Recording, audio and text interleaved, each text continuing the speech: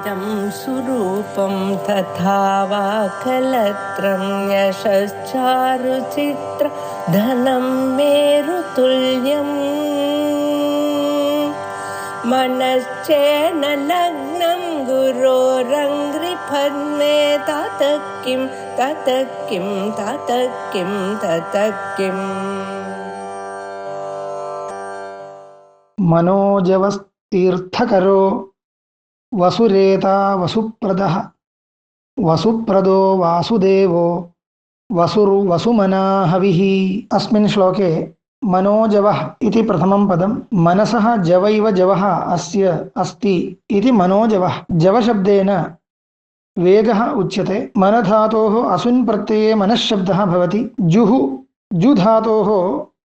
धातुः वेगार्थकः वर्तते, तस्मादाप् प्रत्यये जवः इति शब्दो भवति। मनसः यादृशो वेगः तादृशवेगवान् इत्यर्थे मनोजवः इति शब्दो भवति। अनेन अभिप्रायेण भगवान् स्तूयते, मनोजवाय नमः इति। तीर्थकरः इति द्वितीयं नाम। तीर्थं करोति इति तीर्थकरः अथवा तीर्थानि करोति इति तीर्थकरः। तीर्थशब्देन पावनं स्थानम् उच्यते। भगवत् सान्निध्येन सर्वं स्थानं पावनं भवति इति कृत्वा भगवान् तीर्थीकुर्वन्ति तीर्थानि इति सज्जनानां विषये उच्यते। तदेव भगवद्विषयेपि वक्तुं शक्यते। तस्मात् भगवान् तीर्थकरः इति नाम्ना स्तूयते। तीर्थशब्देन शास्त्रमपि उच्यते, तर्हि शास्त्रं करोति इत्यर्थेपि तीर्थकरः इति शब्दः भगवति प्रयोक्तुं शक्यते।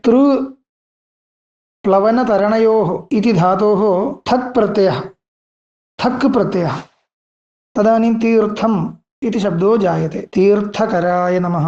वसुरेताः इति एतदनन्तरं शब्दः। वसुशब्देन सम्पत् उच्यते। रेतशब्देन बीजम् उच्यते। तर्हि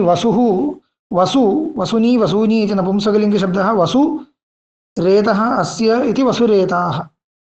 धनं हिरण्मयम् अण्डम् इति वा अत्र वसुशब्देन लक्षणया अर्थः ग्रहीतुं शक्यते। तदेव जगतः उत्पत्तौ बीजं भवति इति कृत्वा अनेन अभिप्रायेण भगवान् स्तूयते। वसुरेताः इति। वसुरेताः, वसुरेतसौ, वसुरेतसः इति शब्दो भवति। तर्हि रेतसे नमः इति चतुर्थ्यां प्रयोक्तव्यं। वसुप्रदः इति तदनन्तरं नाम। वसु प्रददाति इति वसुप्रदः। प्रकर्षेण ददाति। प्र उपसर्गपूर्वक दाने इति धातोः कप्रत्ययः। दानि धातोः कप्रत्ययः। वसुप्रदः इति। वसुप्रदाय नमः। तदेव नाम पुनर्द्वितीयपादे अपि आवृत्तं वर्तते इति अत्र विशेषः। तर्हि पुनरुक्तिः अर्थभेदमादाय एव परिहर्तव्या भवति, अन्या गतिर्नास्ति। तर्हि वसधातोः उप्रत्ययं कृत्वा वसु इति प्रशस्तं मोक्षाख्यं फलं गृह्यते। सर्वापेक्षया तदेव वसु प्रशस्तम् इति कृत्वा मोक्षः अत्र वसुशब्देन गृह्यते। तं मोक्षं भक्तेभ्यो ददाति इति वसुप्रदः इति योजनीयम्। अनन्तरं वासुदेवः इति। वसुषु देवः वासुदेवः। वसुषु देवः, वसुषु मध्ये यः देवः सः वसुदेवः। वसुषु मध्ये यो देवः सः वसुदेवः। वसुदेवस्य अपत्यम् इत्यर्थे वासुदेवः, वसुदेवस्य पुत्रः इत्यर्थे वासुदेवः इति शब्दः निष्पादनीयः। अथवा वसुभिः दीव्यति इति वसुदेवः, तस्य अपत्यं वासुदेवः इति वा। अपत्यार्थे अण् प्रत्ययः।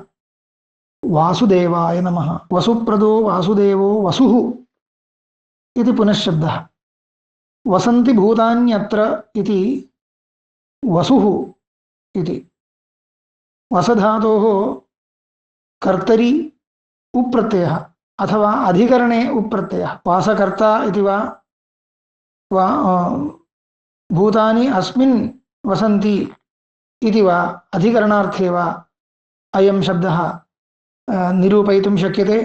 भगवत् स्तुत्यर्थं प्रयोक्तुं शक्यते। वसवे नमः इति चतुर्थ्यां भवति। वसुमनाः इति तदनन्तरम्। अत्र वसुशब्दः पूर्वमेव उक्तः, मनःशब्दश्च उक्तः। वसु मनः यस्य सः वसुमनाः इति अत्र विग्रहः। अत्यन्तम् उत्कृष्टं मनः यस्य भवति सः वसुमनाः, सर्वज्ञः सर्वगुणसम्पन्नः इत्याद्यर्थः अत्र लभ्यते। वसुमनसे नमः इति चतुर्थ्यां भवति। हविः इति अन्ते ब्रह्मार्पणं ब्रह्म हविः इति गीतायां हविशब्देन भगवान् स्तुत एव अस्ति। कू धातोः इसि प्रत्यये हविः इति शब्दो भवति। हविषे नमः। हविस्तादात्म्यारोपं कृत्वा भगवान् स्तूयते। हविः इति हविषे नमः इति चतुर्थ्यां प्रयोक्तव्यम्।